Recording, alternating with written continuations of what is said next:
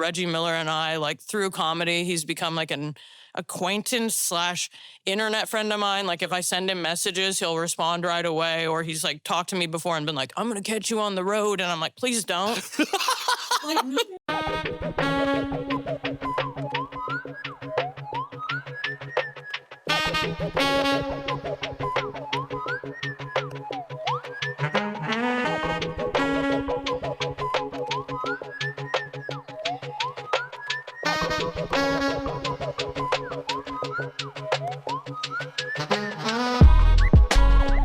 What's good, y'all? Welcome back to another episode of Conversation Piece, your place to discover the untold stories of Indianapolis through the perspectives of all of its beautiful people. My name is Patrick Armstrong. I am your host, and I am excited to be back in 2025, the year of community. There are so many wild things happening in the world right now, and it means a lot to me to be able to come back every so often, sit down, have a great conversation, but be in community with people who I know don't suck. So shout out to the people who don't suck. And yeah, we're going to leave it at that. I'm really excited about my conversation today, though. My guest today is a hilarious comedian, Naptown native, and current Chicagoan. She is the co-founder of Red Flag Comedy, and you can currently catch her doing sets all over the place. And I think we got a lot to talk about. So without further ado, I will tarry no further. It is my great privilege and joy to welcome Hannah Roeschlein to the show. Patrick, thank you for having me. I'm thrilled to be home. Absolutely. Got to kick it off really quickly. We have a very close mutual friend and our good buddy John Overton over there. And I will say that since I started working with him, he has been saying, you need to have Hannah on the show. So that's been about almost 2 years now. Shout outs to the PodFather. The PodFather. He is really the PodFather. But I actually have to, we got to start here. We got to start with the Pacers. We're recording this post game 3. We are now up 2-1 on the Oklahoma City Thunder, the 2025 NBA Finals. Assessment of game 3. I need it from you. I watched it from community institution dugout. Woo! It looked like it was popping. Oh, I mean, there. it was. I had a homie that was reserving the table since 4 p.m. I was like, I'll be there about 10 minutes before tip. You know, like I'm not doing that. But it was exactly the right vibes. The dugout was a place that I have been blacked out and sober in. It was the home of like some of our first open mics that we did here in town shows. So I'm always prone to just like going back into the places that have fed into me a bit. But yeah, it was completely and utterly lit up. Yeah.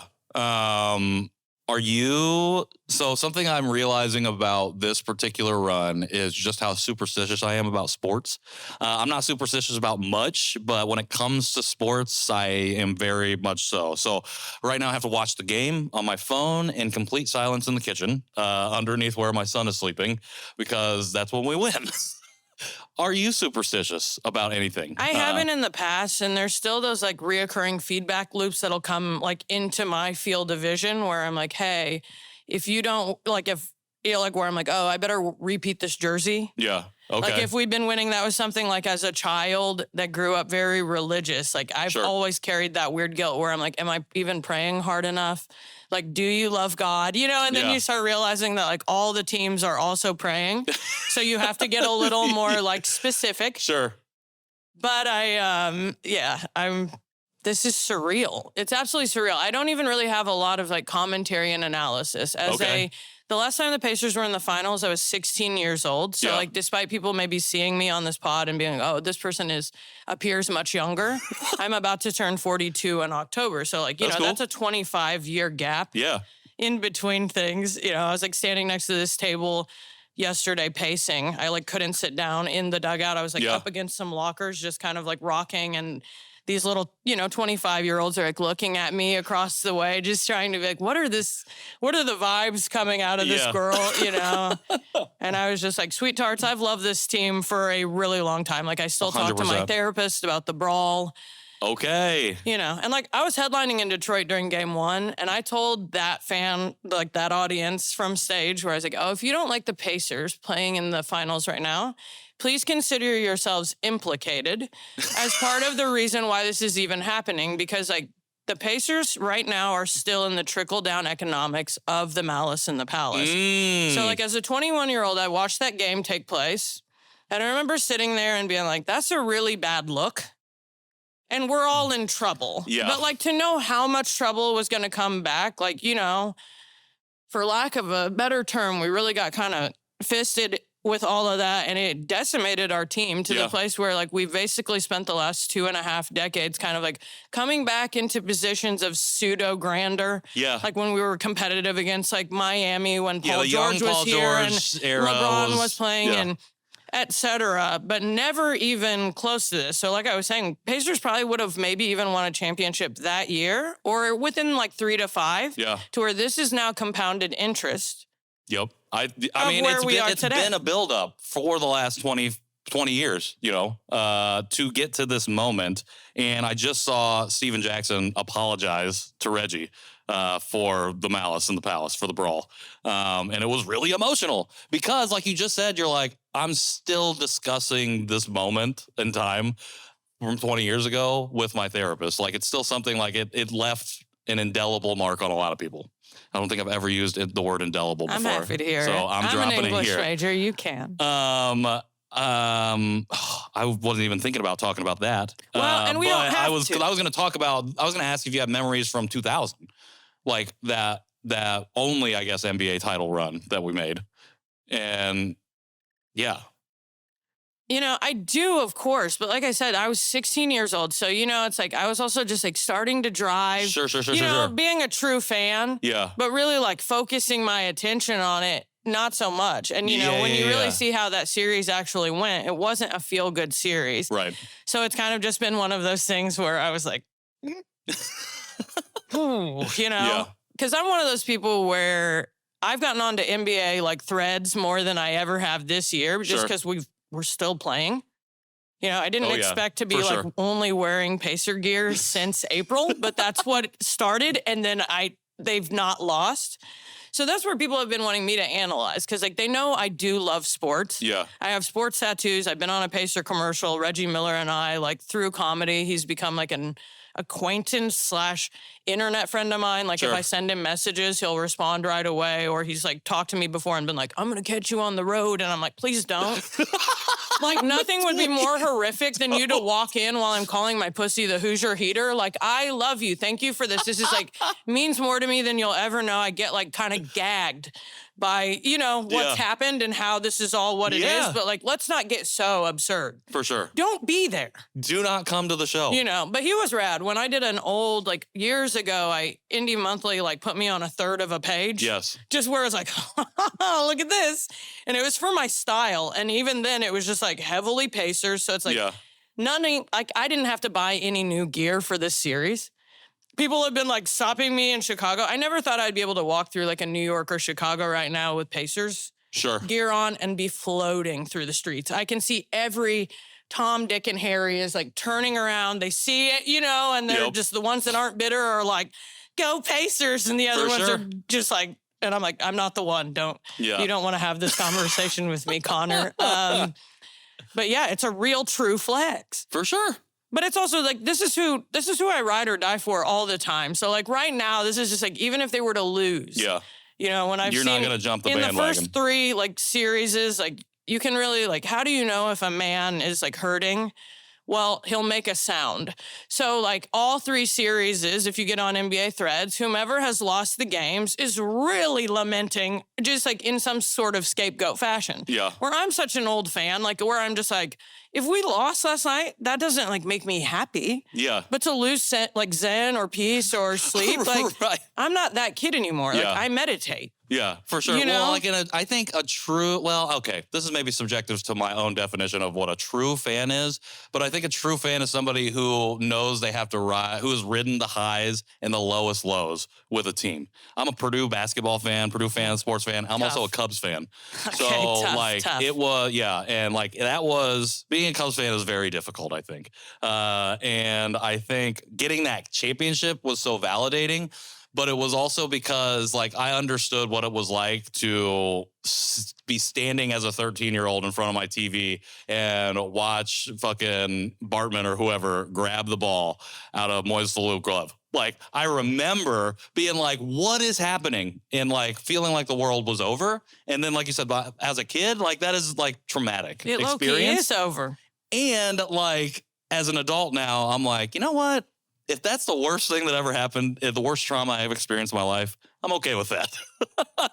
But I'm still gonna be here tomorrow. I'm still gonna show up for this team tomorrow, even if we somehow lose 3 straight games and don't take home a chip. Just a lot of analysis coming out of dudes who can't play pickup. So I'm sorry, but I'll go ahead and just turn that volume down. Like you were talking about watching it on mute. Yeah. I now understand myself from childhood to today to be neurodivergent. So like all I can do is actually like control environments for myself. Yeah. So knowing that I have a deep state psychosis with sports and that it sounds like if you were to watch with me, like people have been asking me like, will you live stream these games? We'd love to watch you just smoking. But I'm like, it just sounds like I have Tourette's and of the highest like caliber. It's just me cursing, and just like saying things like, oh, piece of shit. And just, just that little stuff. Like I could find I heard myself like babbling last night and I'm like looking around at all the like people in the dugout. Like who's watching me over here look like a witch trying to say some kinds of like little magics? I resonate with that so much. So for last night's game, coming down to the wire, we've got a clean enough lead that we clearly don't need to foul. And yet Obi Toppin continued to try to steal the ball. And I was literally going, Obi, what are you doing? And I'm like, if I'm in public right now, I don't know that anybody is also feeling this because I feel like we got the game on lock. But as a fan of sports teams who continually let me down, I know that I can't ever be happy until the clock reads zeros. Oh no, the dugout, there was no one even with a comprehension that it would take like the most massive fold, honestly, just like us like laying a ball down and letting them grab it, and still no one made a sound. But I think it's also a testament to the way the Pacers have been playing this year. For sure. That even on that flip side, the base holds space for the fact that anyone could potentially come back, because that's where even people seeing me out and about, like I did 4 shows in this New Jersey spot, second round, and I remember being on stage and being like, make some noise if you're a Nets fan, and no one cheered, and I was like, oh, so all Knicks? And they were like, and then I launched into like 2 minutes of Pacer material, so nice. Like I've been well aware, like I was feeling reckless. Like that night I almost like went into Times Square with my jersey on because I saw they had assaulted that firefighter, and I was like, bare minimum, I'll get like shanked, but I'll survive it. They'll for sure give me all of like the seats to the rest of the games. I'm like, worst case scenario, I actually lose my life, and I was truly, I'm like willing to lay that down. Martyr forever in 100%. Pacers history. Think about that. I would become instantly, I'm like the patron saint of the Pacers. People would be like burning candles for me. I'd create like this blood magic sacrifice where we'd not only win the finals, but probably like create some kind of element of fuckery to where like New York may never win again. Like something would happen in Bond there that would be so deep and dark and real that I was for sure like high floating around in my mind like, oh, go down there. Do you love them?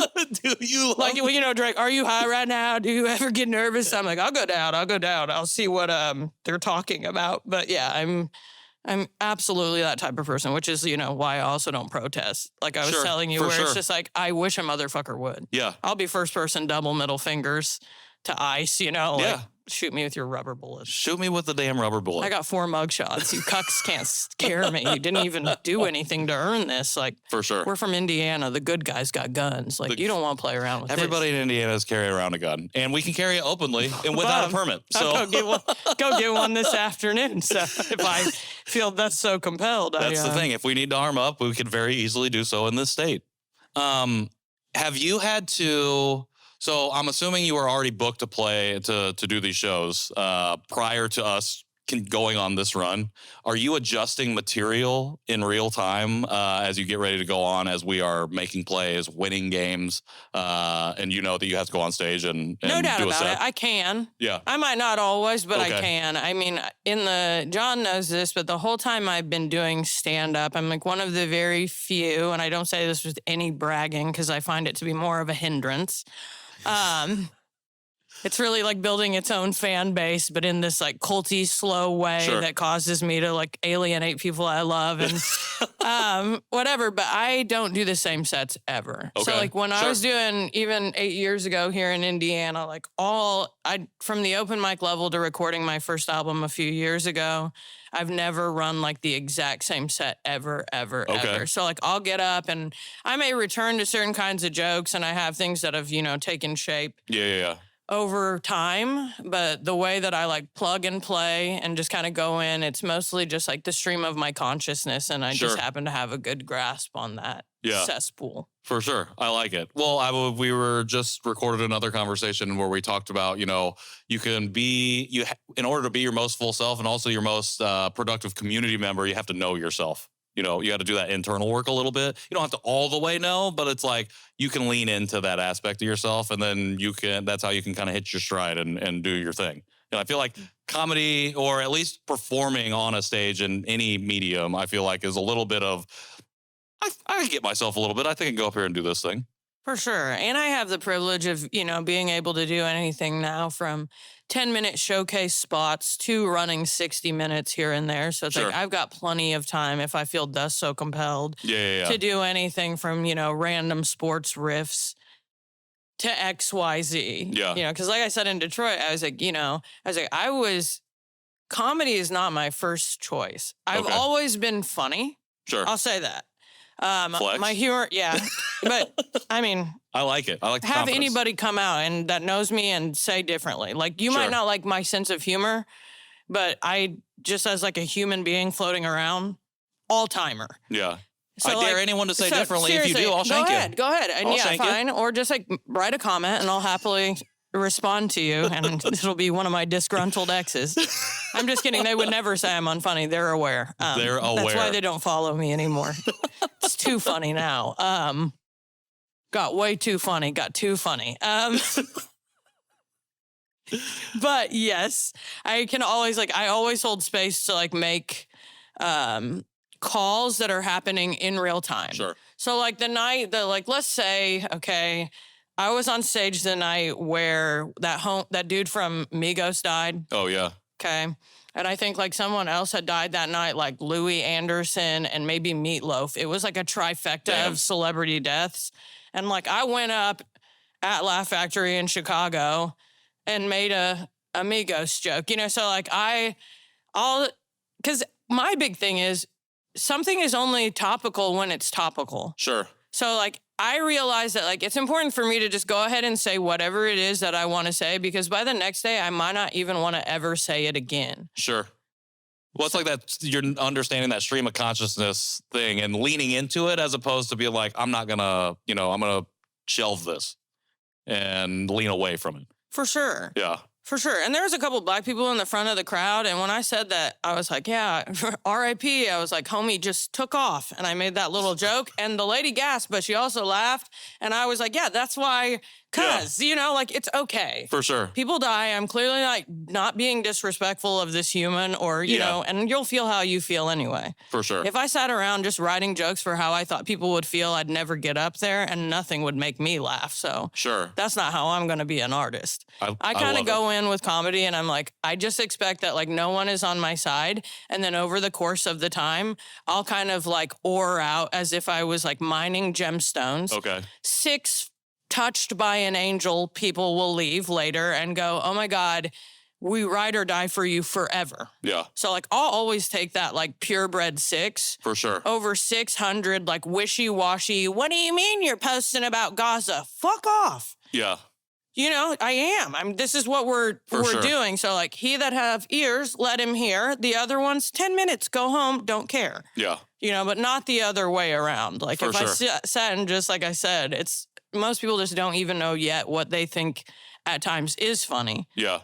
So for me to go in with any kind of like preconceived notions as to what that is just like incredibly detrimental to me and something I just won't touch with somebody else's dick. For sure. Well, I think that people, and you're obviously aware of this, like they want to make serious out of stuff that's meant to be comedy. And like you turn around, it's like, it says comedy club. It doesn't say serious club. Like we can talk about serious stuff, but like that's the work of a comedian is like, how can we make this really terrible thing that's happening accessible and also hold it to account in like all the different ways that you can tell a joke, and comment on something. If you want a TEDx, that's perfectly fine. I will do those in the future. I know like there's parts of me that want to get real serious right now. Sure. And that's why I'm framing some of my like first one-man shows and those things where you can kind of be like off Broadway-y, and it can be more like dramedy. Sure. But as far as my comedy, I've had to kind of get out of my own way. I remember last time Trump took office, I didn't feel good about it. I was only like a few years in, and on stage, like I didn't know how to even get off my emotional center. It felt very like, if you vote for this cuck, you don't love God, you don't love this country, and you don't love other Americans. And that's how I was like talking. And you can tell I'm a very like, it's a lot. And so I was like, oh, I don't want to do that again. And now here we are, and it's worse, but I'm better. And I'm at this place where it's like, oh, even maybe the other day I left Laugh Factory and I was like going in on the administration. I've definitely said some things on stage in the past months where I'm like, oh, based on the way these little dicks talk, like I'm one more set away from Guantanton. Like they're coming for me. I do not care. And I mean, and I don't. I had homies that have been like a little nervous. They're like, those jokes, like you talking about shooting Elon. I'm like, buddy, like, not only is it not a joke, but like, okay, I said it. It's all right, But that's neither here nor there. But, that's like, I didn't also turn into an adult and, get into performance to like bow down to a bunch of bitches either. Exactly. I've read the Constitution. Yeah. I'm well aware of my rights, For sure. You're the ones that don't know I'm not playing this. For sure. And they want to make a lot of jokes and then they can't take a single fucking flip back. So I've already lost every iota of give, no a fucks damn to give left. None. Yeah. Not a one. Who inspired you as a comedian, like to when you were growing up? Like, were you watching specific forms of comedy? Like, particularly, like, I'm thinking like an improv or especially a stand-up style where it's just like that. You go and you exist in a scene or exist on the stage and you just do the thing and the funny will show through.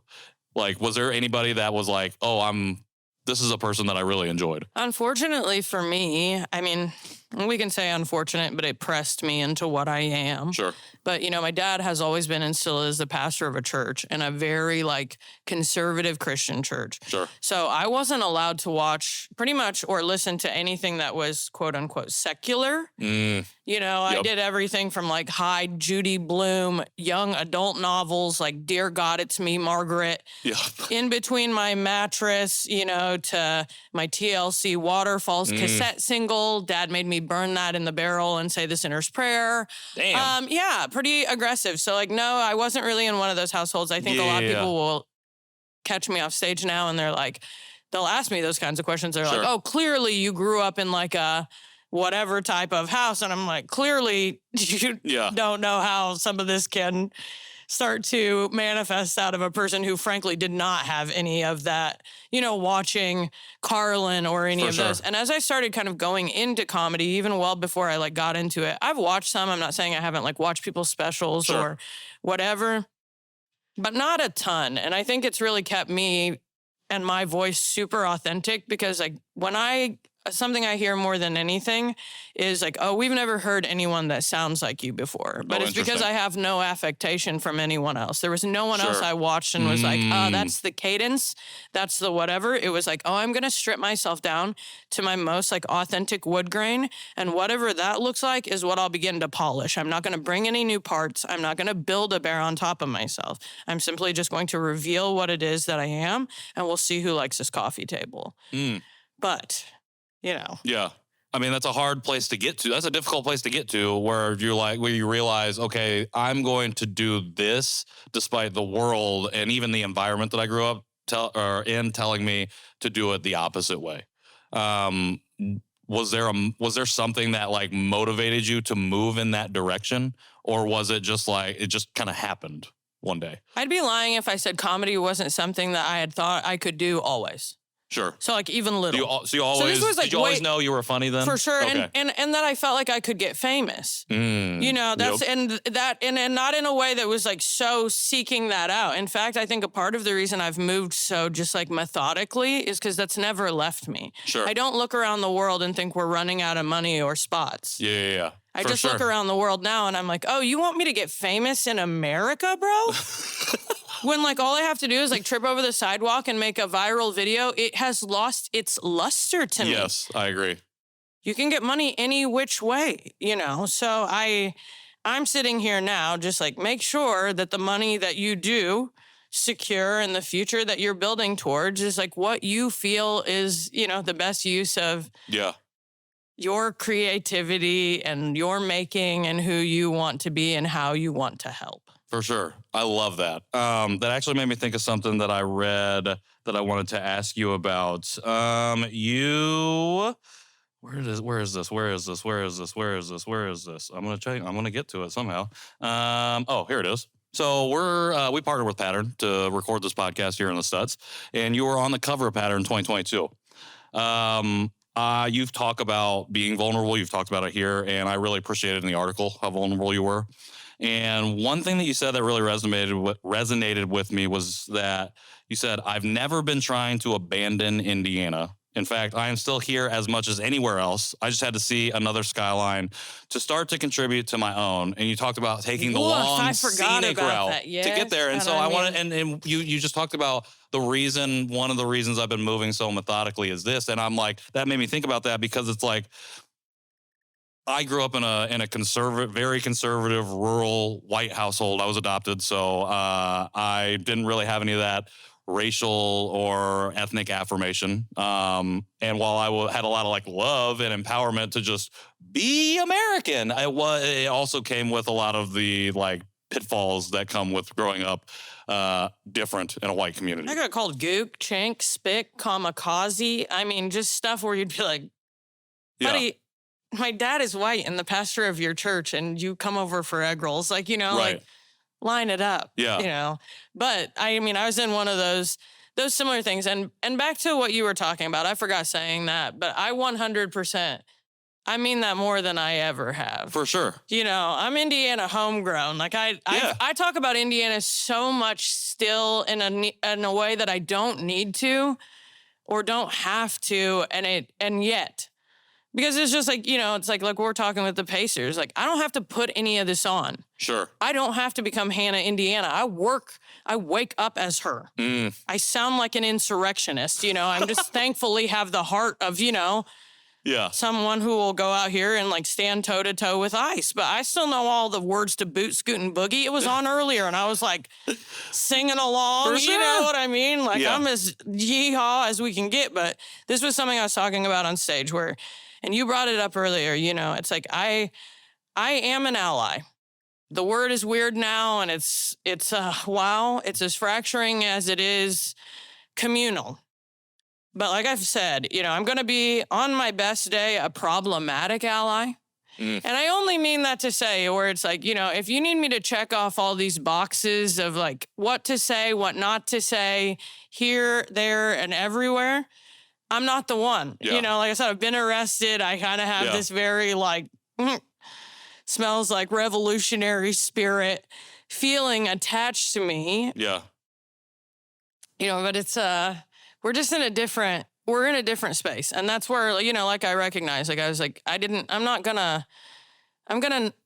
need people like us. Yeah. Like who now is like who did I need to see as a kid? Sure. You know, you hear people 100%. Say that all the time and that's as simple as it is. Yeah. Like I need, you know, and that's even why in the complicated way I've chose to like talk about God. You know, my dad is a pastor and always has been. And I was raised super religious. Like everything will send you to hell, fire and brimstone, but with also a lot of love and what the like positive uplined parts of like scripture are. Yeah. You know, but I've let people know on stage once again, you know, I believe and I love God more deeply, the cosmic whole all source, than I ever have. but I talk about my pussy funny. So like for some, they will never be able to reconcile once again themselves to that. Like with my allyship, like I've said, I'll march for your pussy in Palestine. Yeah. But I've still, if you run the tapes back, I've said retarded. Sure. And for some people, it's like they can't coexist, but they can. Sure. I'm not going to be the person on the fucking subway that like lets a person get killed in just videos. I'll turn the live on and then actually step right in there too. So like at the end of the day, if you want help, I think we're going to have to like be a little, Well, we have to start accepting people as their whole selves. And I think the problematic thing is it's not that I might have done a problematic thing in the past. The problematic thing is that we expect people to check the boxes. And if they don't, then they become a problem. And it's because we aren't willing to address our own discomfort around things that are different. And so we have to, or certain people have to place boundaries around a person in order to understand them because they've never been exposed to or had the opportunity to understand anything different than themselves. And so when you come along and you do things that are quote unquote problematic, it's because they don't understand what it means to even be authentic as their whole self. Or now people are just in that place where they are trying to be better because we have been absolutely lawless with language. And I'm not acting like, I haven't wielded some of these words with some like recklessness or just whatever it is. But now, I feel that in the audiences where they're just like also kind of like hesitant to laugh. Like, can I laugh here? Yeah. So even if they are okay with whatever it is nuanced that I'm bringing, they're still just taking that half step back to be like, okay, but I'm like, that's not the, that's not it. I always kind of say that in from stage, like, this is the place to laugh. Yeah. Like starting out in Indiana at home doing comedy for the first 5 years, it's not like it was exceptionally easy. In fact, when I come home and headline in front of like 70 of my friends, these assholes make me work harder than like anyone else ever. Sure. They're just not laughing. Yeah, I mean, to say the least. To say the least. My friends will be looking at me like, we can do coke at the Saint if you hurry up. Like, we're already on it. We see you. We bought the tickets. I love you. Good on you. But But it was always like, just sometimes being a person who provided this like funhouse lens, like this mirror to home and being like, hey, I'm from here, but this happened. Like the upbringing you had. For sure. Didn't happen to everyone. Yeah. But I'm also just as a part of this as you are. 100%. And that reminder of just like, hey. So a lot of this with me in comedy still, it's not just like I'm like, oh, I'm just going to forever platform Indiana. But at the same time, watching Indiana just become more and more handsmaidey at all moments, I'm like, hey, you got to let some kids still. And just even adults, like, no. Yeah. Like, hey, you can be from here and not dumb here. You've been dropping some gems like, in this Are you one. aware of that? Like, you know what I mean? Like, did you know? For did sure. you know? We can do that and that. Yeah. I think it's really interesting that you're not like super far now in Chicago, but you are also away. So like, I think when not for everybody, but for a lot of people, when you get away from home, it gives you additional perspective. And you're talking about right now, we're moving into a handsmaidey situation, and it's not just here, but I think we can be looked at as a kind of a model for the way other people might end up operating in their places of home or wherever. How has your perspective on the city and maybe the state, but the city specifically, shifted since you've been in Chicago? Politically, dog shit. Agreed. Maybe Representative Hunley, good on you.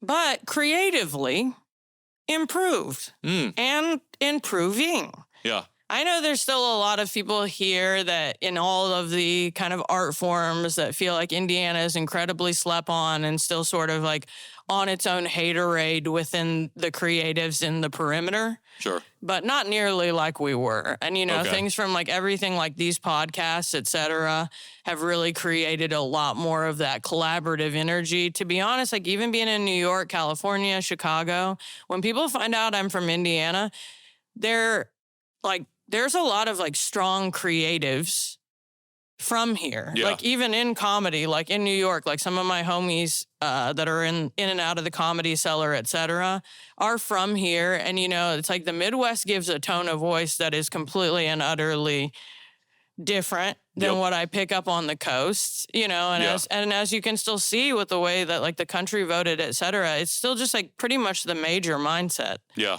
California's on their own Rogue One, you know, situation right now. New York will always be New York. But overall, I think there was like, I'm not saying everyone has the politics of home, but there's a lot, you know, there's a lot more people thinking in these types of like veins than the other way around. Yeah.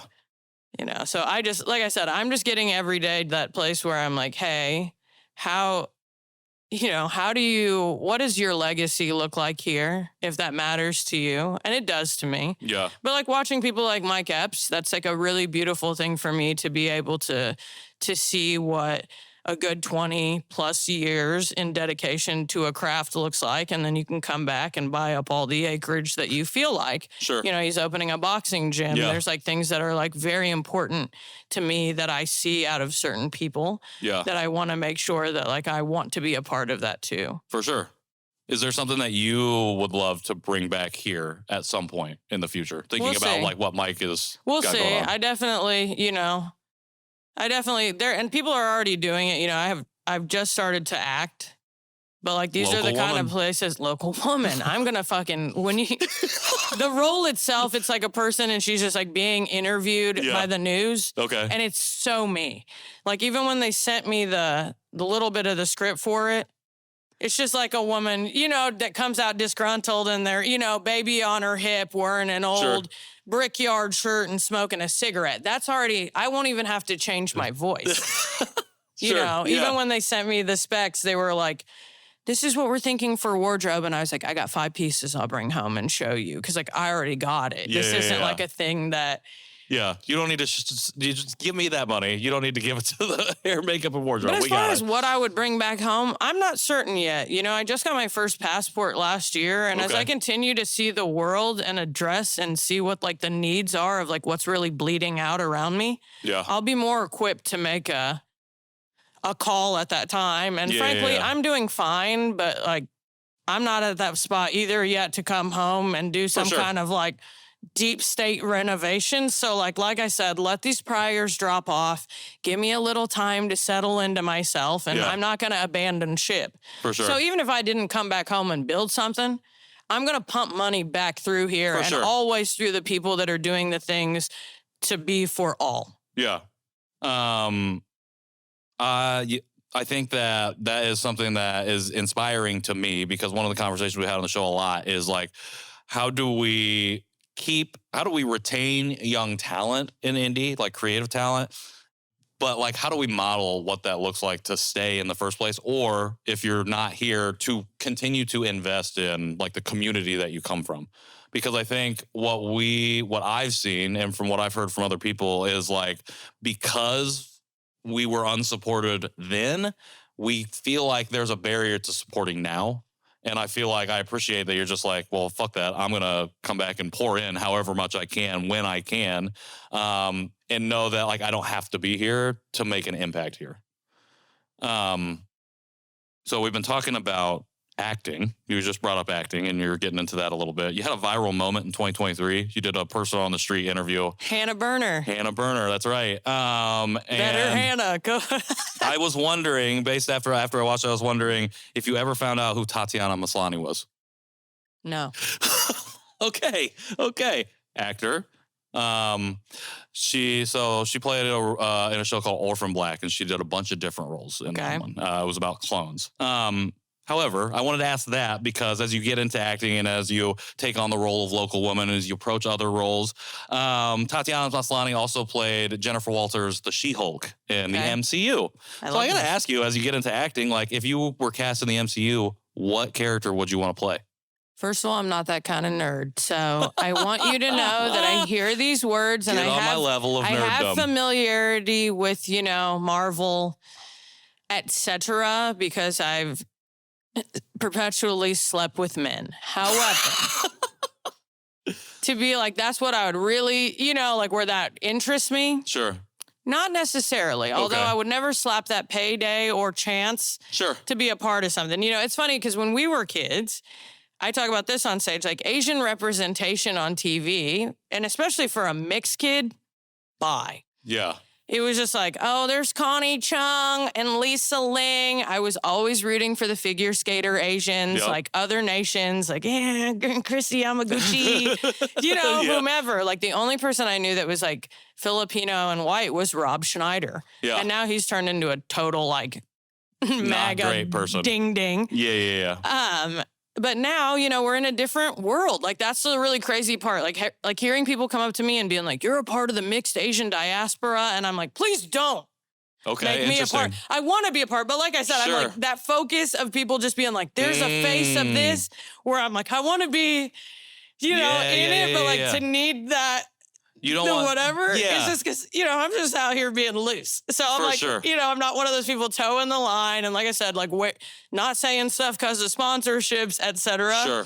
But I understand too, there's like emotion to that ocean. There's an inevitability to this stuff. I remember even not going through any acting, and some of my homies back here when we first started, they were like, they're like, Hannah, eventually people are going to put you in movies and they're going to let you play yourself. It's like, that's kind of, and, you know, it's kind of surreal to think about because you're like, oh, I'm the character, but I am. And, you know, but I am. And that's the beautiful part about all of this is just like, seeing just these different ways to be. I've just loved seeing everything from like even that anime that was on Netflix. It was like the mixed girl, the Blue Eye Samurai, where I'm like, bro, if I'd have seen that as a kid, you know, I would have got go-go juice out the wazoo and done something crazy. Like, that would have been, like, so empowering to me. But those are those things, too, where I'm like, all those kinds of shows are constantly being made.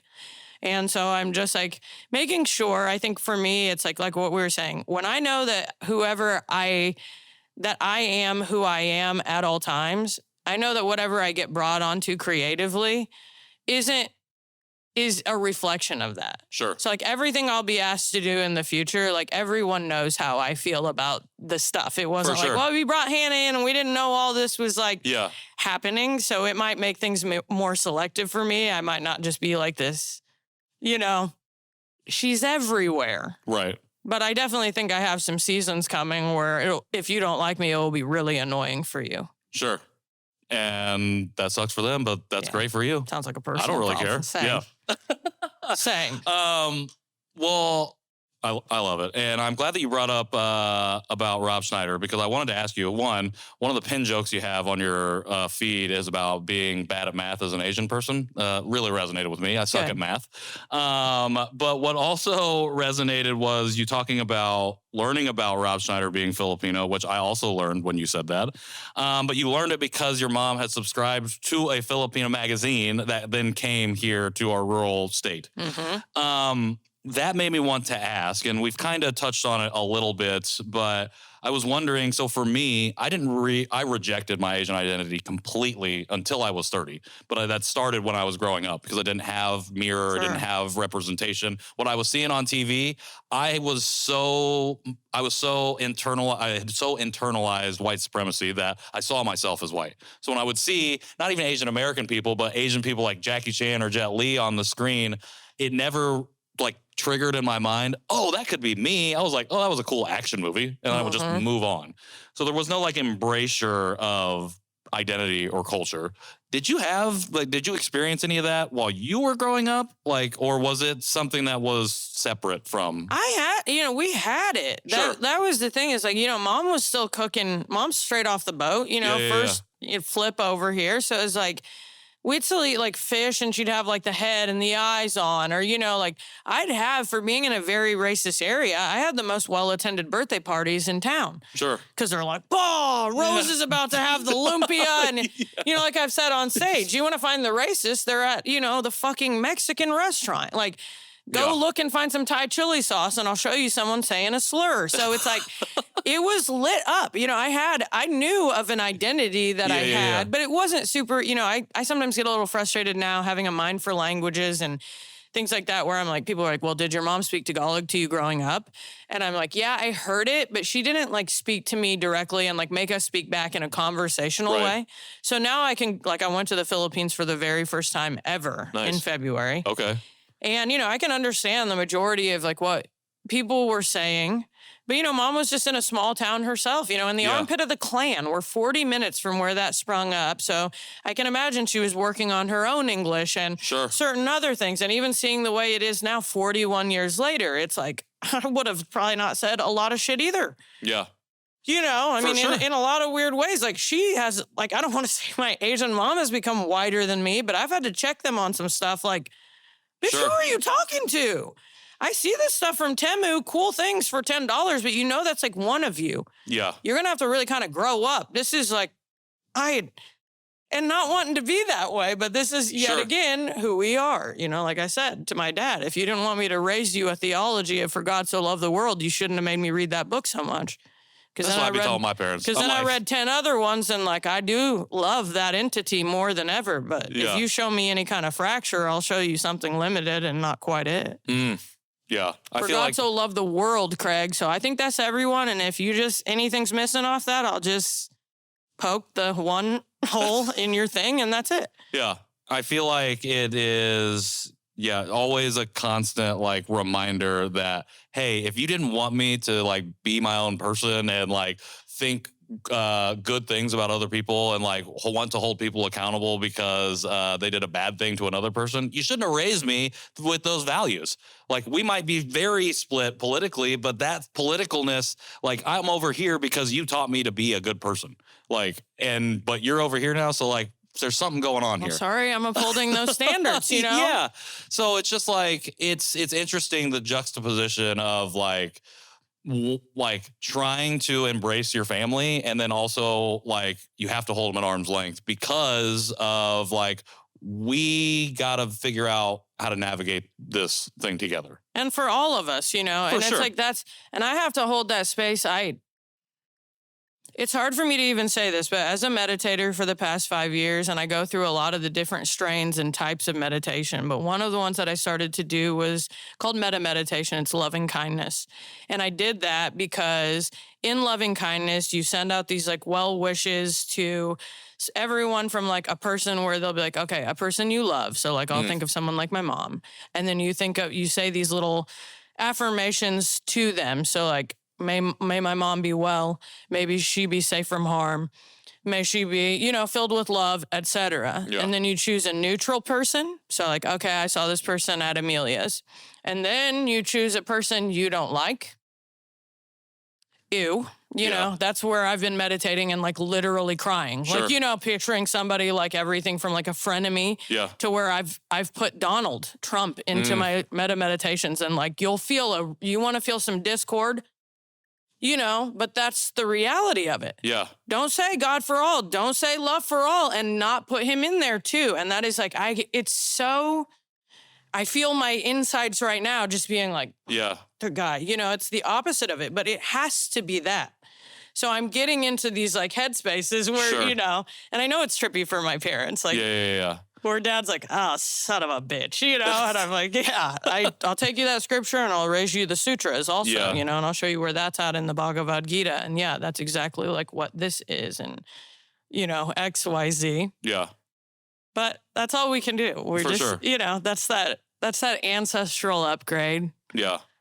Breaking generational curses, whatever it is, however, like whatever the verbiage is that you want to use, but it's like you for you. And so like I remind myself too, or anyone that's listening, like when you are encountering a person from like someone in your regular circle to someone online and you feel something in you that's like judgy, for the most part, I recognize when I feel that, I'm feeling that way because I've been that person. So you're cringing at yourself. And then, it's also just like where people say to me, Hannah, what can we do? What can we do? Well, the only thing I can do is when I'm confronted with any kind of behavior, mentalities, mindsets, words that I do not appreciate is the opposite. So it's that simple.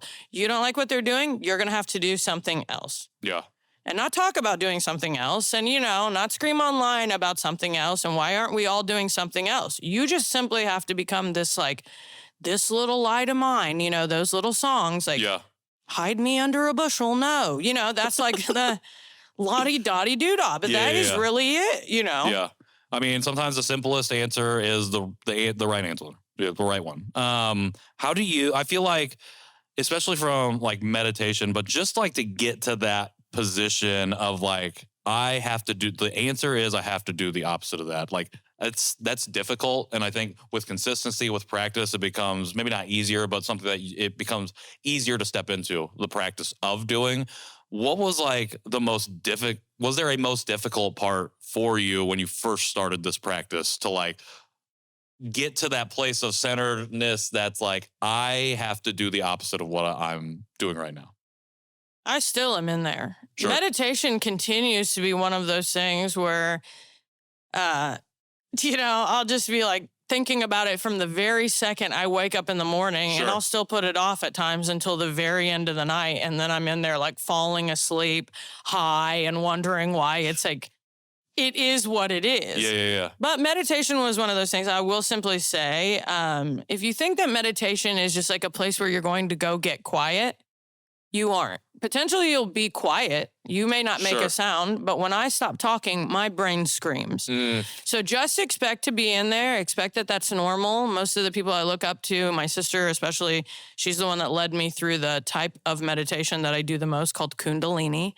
It's a very violent strain, so I wouldn't say that would be your starter gas. But if you want to, Kundalini with Carmela on YouTube, and you can go see my hot sister and do some breath of fire and puke and forgive your dad. But it will really rev you up. But like we're saying, we have all these other types of meditation. So I just like encourage people constantly.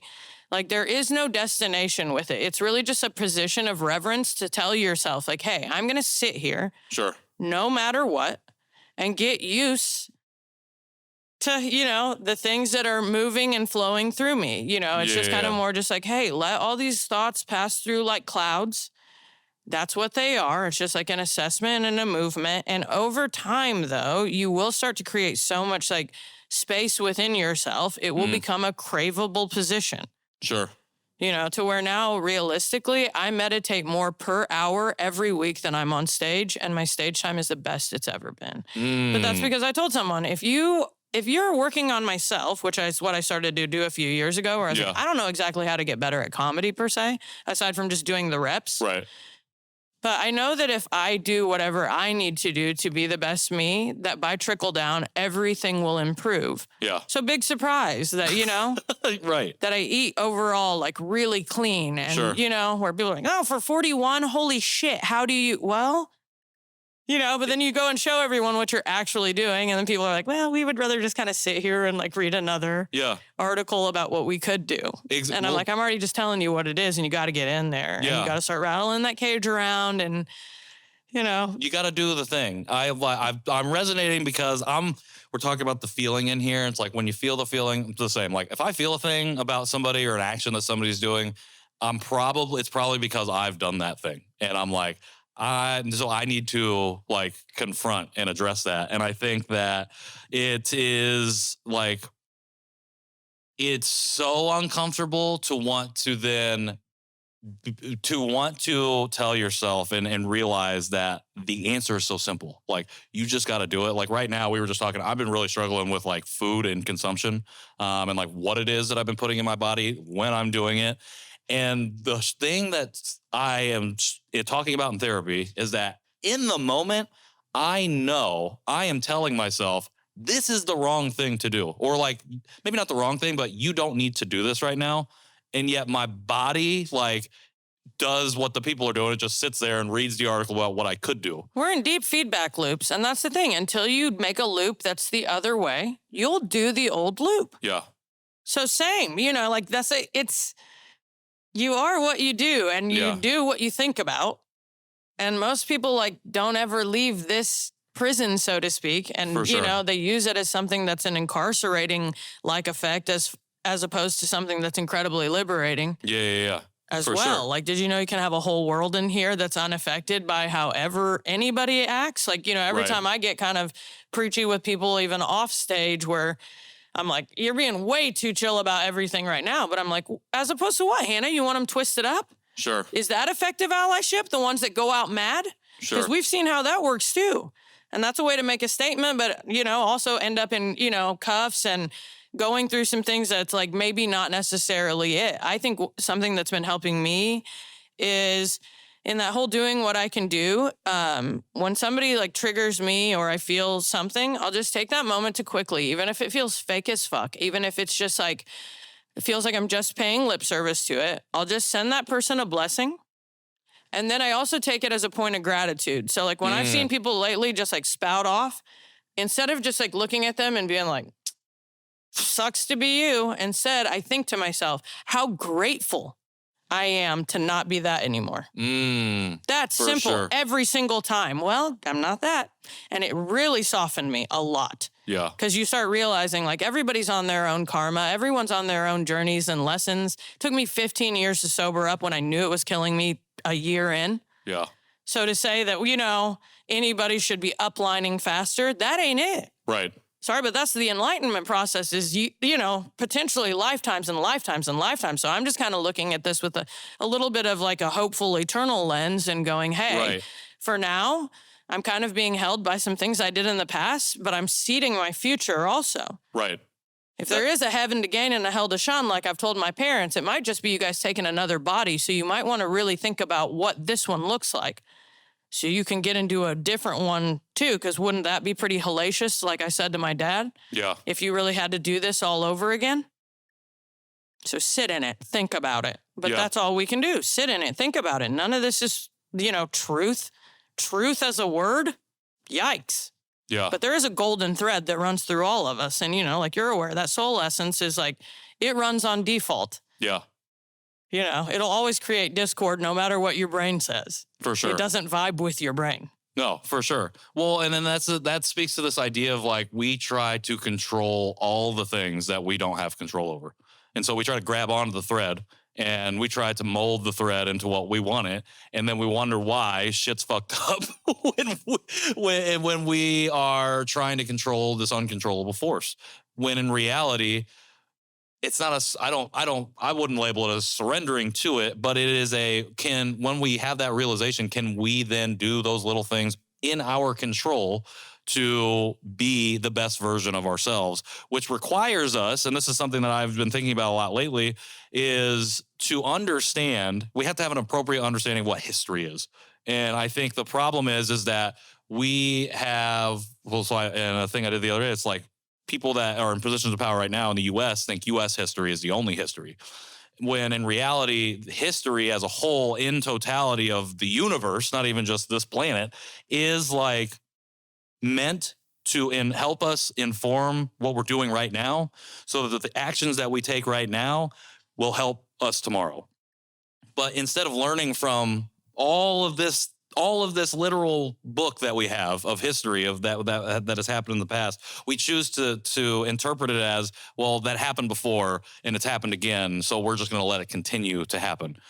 Because we don't want to do the little things to take control of our own lives. Because people don't want to like stop going to Target.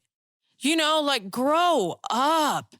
I haven't gone to Starbucks in 5 years, and it was because the coffee was mids. It was way before they wouldn't let the kids wear BLM shirts. It was, people got to really, you know, you got to think about like what's happening and what it is. You know, like we could literally punk out Trump right now if like we did a national strike. But people would be like, well, where am I going to get my Stanley Cup? Well, but I would have to have this conversation with this person, and this would require, I wouldn't be able to have Amazon, you know, and it's like, that's all okay. But like, just know where you're at, and that's where we'll be then. Yeah. Just don't cry about it anymore. Yeah. Just don't cry about it anymore, because this is what could happen, and this is what's not happening. So, until. Yeah. We will, the last thing to go will be our own comfort. That's the thing. We will let everyone else die if it means we can hold on to the Pike Place burnt coffee. I know, and I'm here like, I'll never be comfortable again, you know, and that's okay. But I also, like you, we never were. Sure. Whether you wanted to take your Asian identity on or not, we had it. Well, and that's the thing too, like, and in my experience, it was, I lived under the guise of safety, of the belief that I was safe because of my proximity to whiteness and because I had nothing else to ever tell me otherwise. And so it wouldn't be until I was 30 that I realized, oh, when Asian people are getting attacked all over the place just for being Asian, I would be like, oh, that's people don't realize that I'm adopted and I grew up white and I think that I'm white. I'm like, this is a problem. And like, they never taught me about the internment camps. Yeah. So, so it's like, guys. Yeah. But we're here now and we're not little kids anymore. 100%. I'm mic'd up. So are you. Yep. So what do we say today? Yeah. And I'm quick to update that at any time. People are really good about coming to me and be like, well, yeah, I heard that. Sure. And did you consider this? And I'm like, no, I haven't, but I'll chew on it for 10 seconds and then I'll update my firmware. See how easy that is, everybody? Exactly. Holy shit, you're changing anyway. Can you, exactly. Your cells are turning over. Exactly. You're not even the same person. I would just use that understanding and mentality to maybe just kind of get up to speed. Yeah. Right now, it's not too late. It's not too late for any of it. For sure.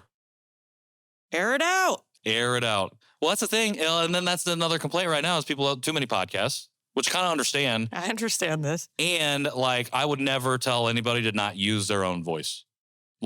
A few months ago, I heard somebody say it's like people that phrase of finding your voice. It's like for people that never had it. And I heard somebody push back and say, well, it's not really that people have never had the voice. It's that they don't know how to use it because people have never empowered them to speak out and to utilize that. Or they're frightened to use it or what they think is different than what everybody around them is saying. Exactly. I think of everything I swallowed over the years. Oh, yeah. And it's a lot, just not saying what it was that I thought about whatever that is. So as much as I think we're hyper saturated in this market also, and the internet is very much an illusion and more detrimental, I believe, overall than it is positive. But yet, like you're saying, I've been a person who's been very fortunate to have a voice long before anyone would platform me. Sure. And stand in it and be like, I do not, the end. But I'm glad that humans are getting just practicing even, when people say now to me at 41, oh my God, the wording on that. Yeah, because I said a million billion words all the other ways first on every, type of human out here. This wasn't just a first time spin out my own mouth. But so it's I'm happy that, and even if no one wants to listen to it, it's okay. I think it's just good that people are talking. Yeah. Well, you don't want to listen to the podcast? Don't listen to the podcast. I don't listen to podcasts. Yeah. So that's fine, you know, but I like that people do. And people will be like, oh, I heard this on a podcast. I'm like, good. I'm glad. 100%. Oh God, someone's saying something. Thank Jesus. Yeah. Fine. Exactly. As long as as long as you're just talking about it, not everybody has to do everything and not everybody has to consume everything. That's the thing. We're part of the same Asian diasporic community, but it doesn't necessarily mean that we're in community or whatever the case might be. I don't watch anime or drink boba. Exactly. I'm not the same kind of Asian as everybody else. Exactly. Some of my white friends are more Asian than I am. Yeah. Then they say it, and then I'm like, well, let's push it back for a photo shoot, and I got them from all my white friends. So shout out to you, bitches. Beautiful collections. That is hilarious. It is. All right. We've talked about a lot of just different stuff, and I appreciate you just, again, meeting me in this level in this place of vulnerableness as we talk about just a bunch of random ass shit. But I'm always here to have a good conversation, and I appreciate you just wanting to come through and sit down and have said conversation. I was wondering, like I said, I mentioned at the top of the show, we have a mutual friend, Mr. John Overton over here. And I was wondering, we have a recurring segment on the show called Give Them Their Flowers, where we ask our guests to shout out a person or persons that they feel like deserve their flowers at the moment. Since we got you here at the mic, you can shout out whoever you'd like. And before you do, I was wondering if you could say some nice words about our friend, John. John is such a quiet, not quiet member of community. That's I feel like I'm shouting out a person that people know better even than I do anymore. John has been one of those, a human connector. And I appreciate those types of people that'll come in and look at the people that they know and create situations that have some aligned chakras. Yeah. That he just has more of an awareness of all things happening in the city. And he's just been deeply in music and all kinds of things. Like when you put up like some of your songs at times, I'm like, oh, I forget that some of my homies even have these facets. Sure. You know, John is definitely someone I would shout out. Stretch. Shout out Stretch. Who, you know, Stretch is one of those people here in town where, once again, not even from Indiana, but really kind of like platforming. Yeah. And, you know, a place for sure that he is in. Always loving Stretch's like videos nowadays with just like kind of like saying something community oriented, high 100%. Vibe. Yeah. Keep it together. Don't get lost here. You know, I already brought him up, but just because he's in my office, like that Mike Epps stuff has really like moved me. Yeah. You know, I'm not sitting here and acting like I'm like, think he's like the funniest person in the world, but he still had, you know, he makes me laugh, but like really seeing somebody come in and like legitimately buy the block and then put stuff on the block and then, you know, podcasts on the block. That's it. Yeah. You know, well, too many people come and buy the block and then don't do anything with it. So 100%. Also, forever, I'll shout out the gang at Butter. Wow. You want to talk about for the culture or like watching, I love art and seeing that kind of like that focus come out of here and what they've been doing has been beautiful to see. Like you're saying, pattern. Excellent humans. My buddy just started a sourdough bakery in Zionsville, and it's the best sourdough in all of the city. So shout outs to Allie. Go over and see my homie. Get some sourdough. But otherwise, you know, I think John would tell you, I stay giving flowers. For sure. Like there's just like, hey, I might not see you again. I'm going to say something to you right now, like about the way you made me feel. And for me to be like, oh, I'm deeply on the pulse of who's like cranking right now. Not necessarily. Sure. But if you're a person and you want me to give you flowers eventually, just like make yourself known to me and I'll become acquainted with your thing. Yeah. You know, because that's where I am too. I'm not plugging in online too much anymore. Like when I've been online for 5 minutes on any app, I don't feel good. And I find myself dropping into judgment and competition. So I'm like working very hard right now to create some space for myself there. But it doesn't mean I'm not on there. I'm not receptive to DMs. Like, get in there, say something to me. If there's something that like needs attention, I will draw attention to it. I have no problem doing that. I'll clutter my own space. I've like, quite frankly, like even in my mind, allotted the next several years to a commitment to just like online sharing whatever I feel like needs to be shared for my own promotion, but really just like championing, like finding the voices of the people who are already like deep in community. Yeah. And just being like, here's where, put your money here. So like, if there is any influence that I do have, I'm glad that people do understand that like I am coming from a heart-centric space and there's like ethics and ethos. So if they are able to see me share something, there is like a higher level to them of like this understanding that I've vetted that and I'm, you know, like I know where this money is going and it's good and it's sound.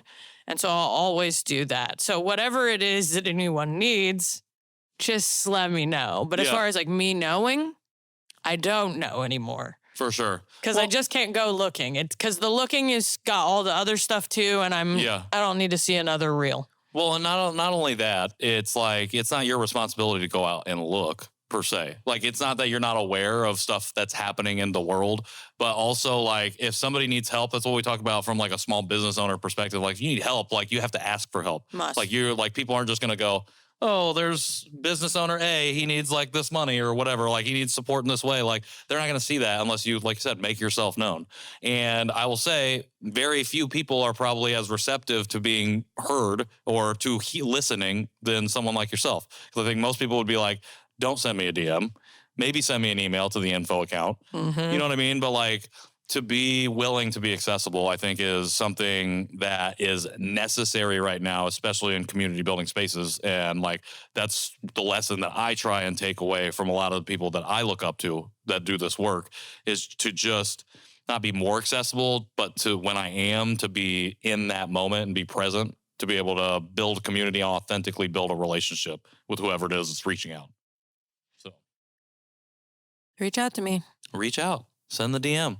Yeah, if worst case scenario, and I do this once a week, I'll block you. So, but until then, you may say whatever you feel that's compelled to say. And that's your prerogative to be able to throw that block on. Always. I appreciate you coming through. We've been talking for a little over an hour now, I think. But I've loved this conversation. I feel like there's many more things that we could talk about, but I have 2 more questions before I let you go. Bring it on. I'm going to bring it back to the Pacers because that's relevant right now.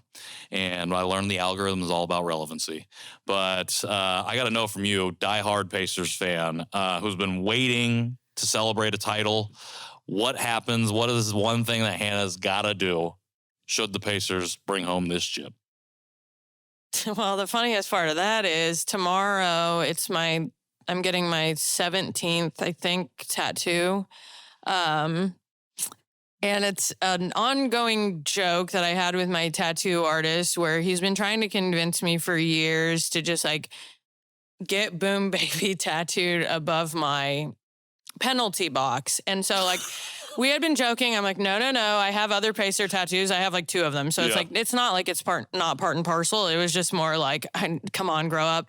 And then, so maybe second round, I was high one night talking to Adam about wanting to get on his books. And I said something very like flippantly where I'm like, oh yeah, whenever I come in, I was like, if the Pacers make the Eastern Conference Finals, I'll go ahead and get that tattoo. So tomorrow I have to go get that tattoo. So I'm not going to get it like right above. I'm going to put it off in the batter's box a little bit where I have all these other like weird little things that my mom's already irked about. But Boom Baby's getting put on me tomorrow. So I'll make my 3rd Pacers tattoo. I don't know that I could really go any deeper than that. Otherwise, I'll just be celebrating our championship from wherever I happen to be at that time. If I can be home when that happens, I will. And if I cannot, I will be home still. For sure. With my little jersey on. But yeah.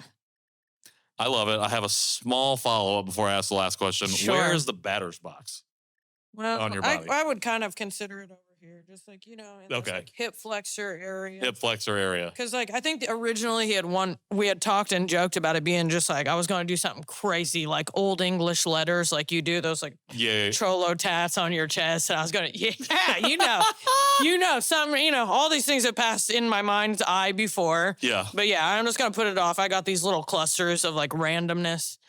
With everything from like Chili Willy to la-di-da-di-da, like right under on my side boob where my boob would be if I had one. I have like an 8.9 and that's for Reggie's 8 points and 8.9 seconds. I already had my very first tattoo ever. Terre Haute, Indiana was the Pacers, Colts, and the Yankees, which are my favorite 3 teams, but that's a different podcast. I know you're sitting there, you're like, hold on, Yankees. I'm like, don't do it. All right, we'll get to it next time. All right. So that's what I'm doing for the Pacers. Yes. I think that's a pretty big sacrifice. I don't know what else I could do but come home and be close to my powers and, root here. The only thing else that you could do, I think, is put on your Pacers gear, go out in the middle of Times Square, do something hilarious, get shanked, die, and then now be the martyr for the Pacers If we get forever. to Game 7 and it feels that precarious, I'll think about it. Okay. I'll go do my last set at the stand and I'll just make it a rip and then I'll come back out and we'll do what we do. I'll go near that weird thing where they're like looking into Ireland. Oh.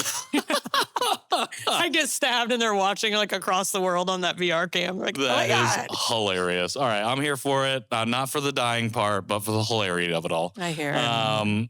As we let you go here, one, thank you. Going to have you back. Maybe let's do a conversation in Chicago at some point. For sure. We can do one of these dialogues, like a live pod. Ooh, I like that too. Bring other people in, some AAPI vendors, etc. You must be looking at my posters over here. I got it, We'll definitely do that. But as we head out here, for folks that are watching, listening right now, I said you're at the top. You got shows. You're popping up all over the place. How do people best find you, find your work? How do they follow you? How do they support you? Tell them all the things they need to do going forward.